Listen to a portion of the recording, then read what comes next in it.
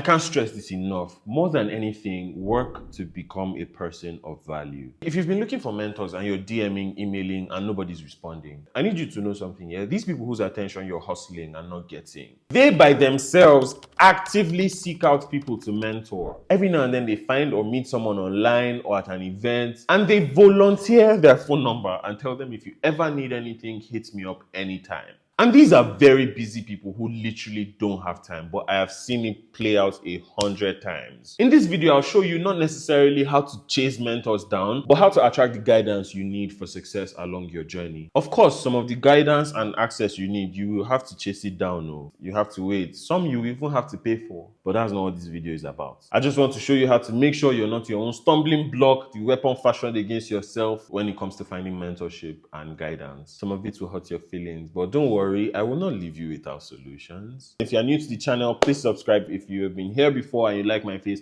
please hit the like button.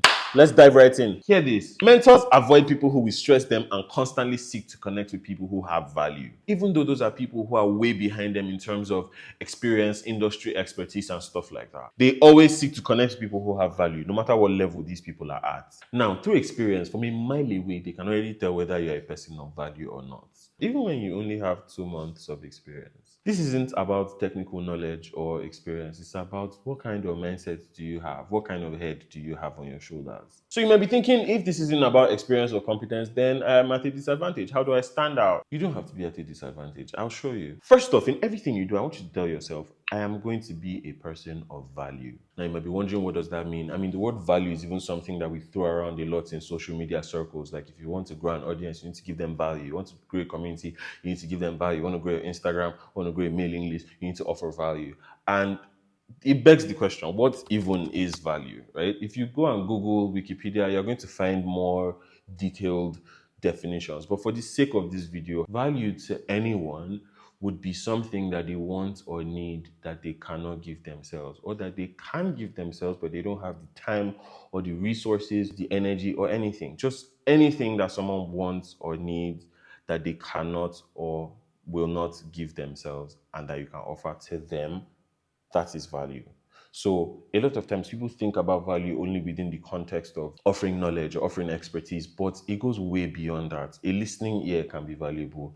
Comedy can be valuable. Music can be valuable. Literally anything. The spectrum of what we consider value is so much wider than we think when you simplify the definition to a basic human need. So a very simple way to become a person of value is to become someone who is constantly seeking to give rather than take. Always thinking what's in it for the other person, not just yourself. Because here's the thing, people at the top of their fields or careers, the people who have a lot to give, they enjoy giving to givers. They don't like giving to takers. Because takers don't know when to stop, and they don't know how to return the value because they don't have a mind, they don't have a value-based mindset. So you want to be someone who's always thinking about how you want to add to someone else, even when you don't know how you want to add yet. Just be someone who is thinking it. People can tell, people can smell it. I don't know how, but they can just tell whether you're someone who's going to contribute or you're just going to leech. Don't be that person. You are more obvious than you think. Now, I'm going to point out a few things that people get wrong and then share what you can do better going forward to increase your chances, shall we? So let's do the bad ones first. If you've been doing any of these things, I need you to stop ASAP. Because that may be why your potential mentor may never respond to you. Number 1, you DM them hi. Why did you do that? The hi isn't the problem. The problem is you stopped there and just waited for a reply. You didn't even try to state the purpose of your unsolicited, unexpected visit. Basically, what you did is the equivalent of knocking on someone's door, waiting for a response, having the homeowner step out, and then you just stand there staring. So weird. Stop doing that. When you send a message, introduce yourself, state your purpose, go straight to the point. Don't drop a hi, then wait for them to chit-chat before they're not your friend. They're not your friend. They don't know you, and they got 100 messages like that in a day. You are not helping yourself when you do that. So stop. Number 2, you're entitled. Remember how I told you that people can smell it afar when somebody is just going to stress them? They can also tell when you're entitled. When you sound like you think you deserve their time and attention just because you exist. First of all, Nobody owes you anything. They don't owe you audience. They don't owe you a positive response or a quick reply. If someone is giving you 5 minutes of their time, see it as a lot and respect it as much as possible. Manage your expectations and be grateful. Like, actually show the gratitude. Gratitude over entitlement. No matter the temptation, choose gratitude. It will show.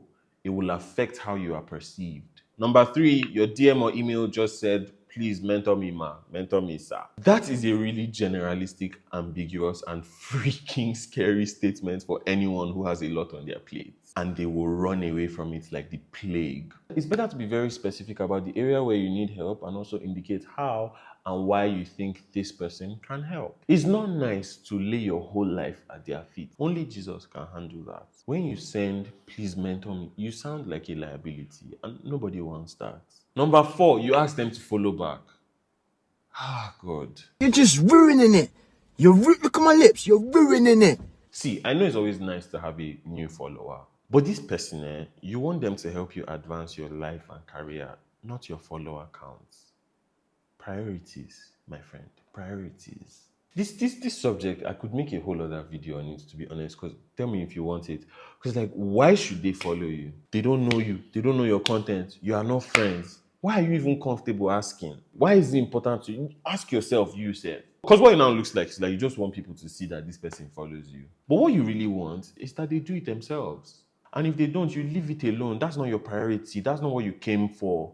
Another bad one is you met them in person and you ask for a selfie, or you just fangirl the whole time like, oh, I'm such a big fan. Now, don't get me wrong. There's nothing wrong with expressing in those ways or asking or grabbing a selfie with someone that you deeply admire. Even me, I've done it before. But only if you don't mind being a groupie. You don't care to be remembered. You just want to tell them you love them, grab your selfie and move along on your merry day. Because they get that every day. People just saying, I'm a fan. That's just a day in the life to them, and you're forgotten. You're just another person asking for a selfie. You'll be able to brag on Instagram that you met this person. But is that all you want?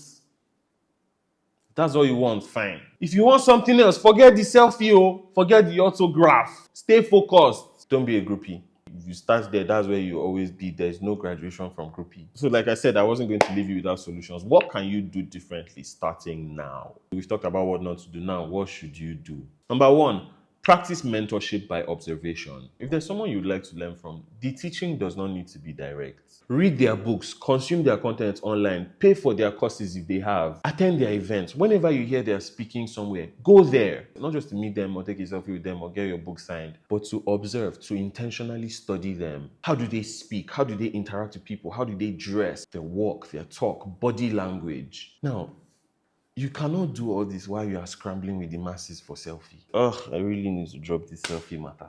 Practice mentorship by observation. I know it's a lot of work, which is work that a lot of people don't want to do. We constantly want to outsource our thinking to someone that we look up to so they tell us what to do. But ultimately, you are the one who needs to take a responsibility for your life.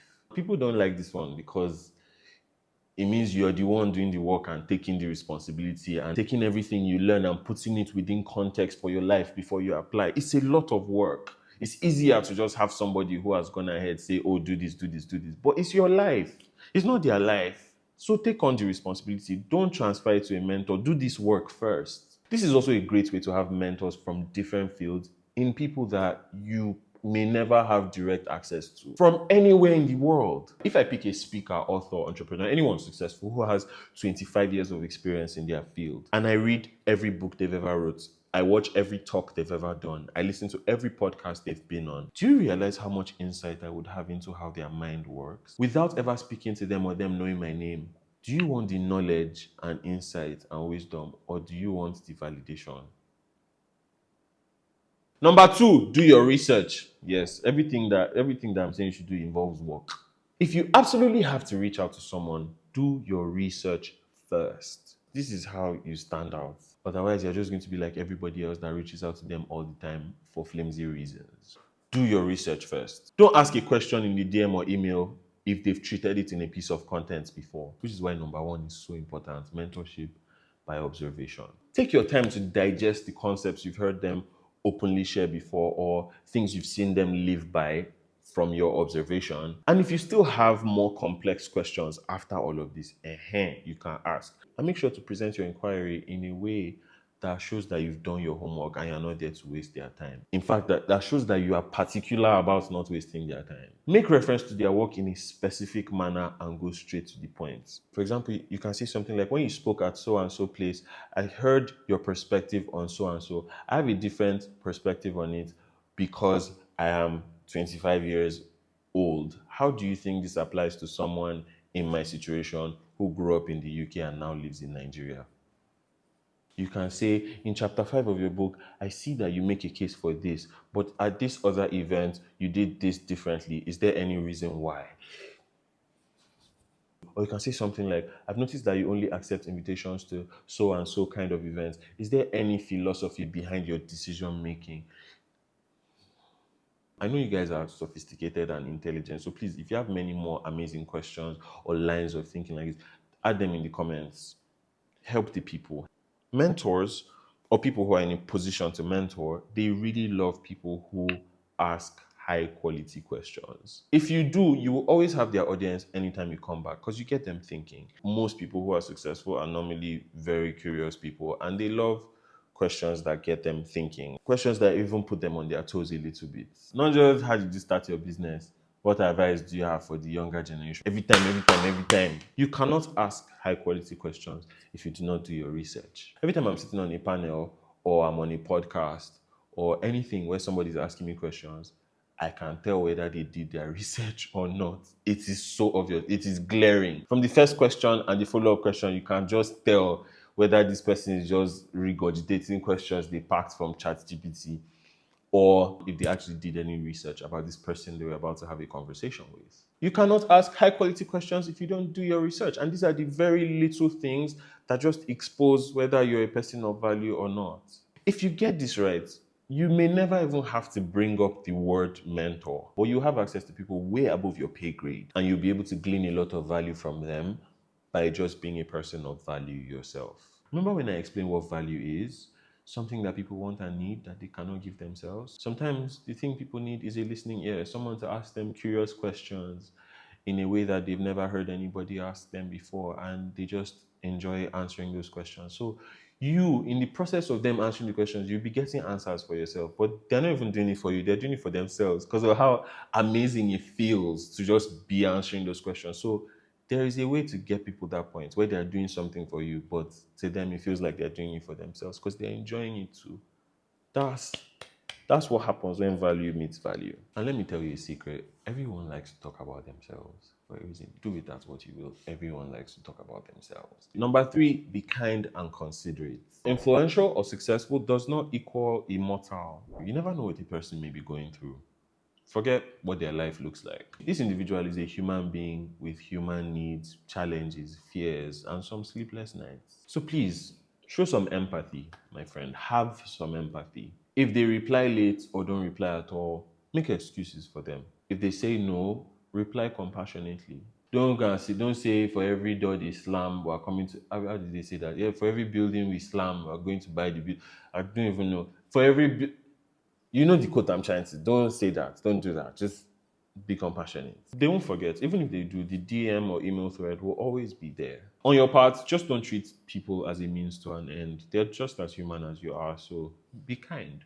To be honest, for a lot of them, consideration isn't something they get very often. They have a lot of people constantly kiss their bum to curry favor, but it's not the same thing. That's not the same thing as kindness. You'll be surprised how impressed someone is by something you consider small. You know, you think you have nothing to offer until you give someone that you consider of repute a listening ear and you have a conversation with them and it's like, they sound like, oh wow, where have you been all my life? And it's crazy to you because they're like, oh, you're constantly surrounded by people, but they're human beings. So be considerate through and through. This will also kill any sense of entitlement that you have. Finally, number 4, communicate value. Keep in mind that they get a buttload of DMs, emails, selfie requests, invitations, and all of that. And arguably, up to 90% of that is most likely just people asking something of them. So if you want to stand out, put the other person first. Almost no one does. Think, what does this person need? If you can't figure out a need, offer something, anything. Even if it's not something they need, they now know you're someone who's willing to give, even though they are not accepting. Or if you're unsure, just ask them. Like I said before, people prefer to give to givers. Now, I'd like to round this up by saying your mentors do not need to be famous or rich people. Someone said this in my comment section the other day. She said, the mentors you need are closer than you think. They are in your family, family friends, churches, mosques, social groups, etc. Not every time influencers or celebs. There's a lot of wisdom that you're overlooking because it's so close to home. It's cliche. You want something brand new and out of your reach. Do you want actual help and guidance on your journey? Or do you just want to be close to certain people for the optics of being their mentee? Interrogate your motives. Ask yourself and answer honestly. Rewind a few seconds. Ask yourself that question. And for people that are far off, mentorship by observation can be very powerful. It requires you to take personal responsibility for your own learning and your growth. So I know it's hard work, but it is worth it. Don't run away from the responsibility. Also, finally, don't get so hung up on the word mentor and stop throwing it around so much. You're scaring everyone. A lot of people that I consider mentors, I have never called mentors to their face. I don't think they even know they're my mentors. But when I hit a roadblock or I'm in front of a major life decision, I go to them with my questions and worries, and they always help me. Finally, this is the actual final one. Give your time and attention to being a person of value. Oh, and don't be a groupie.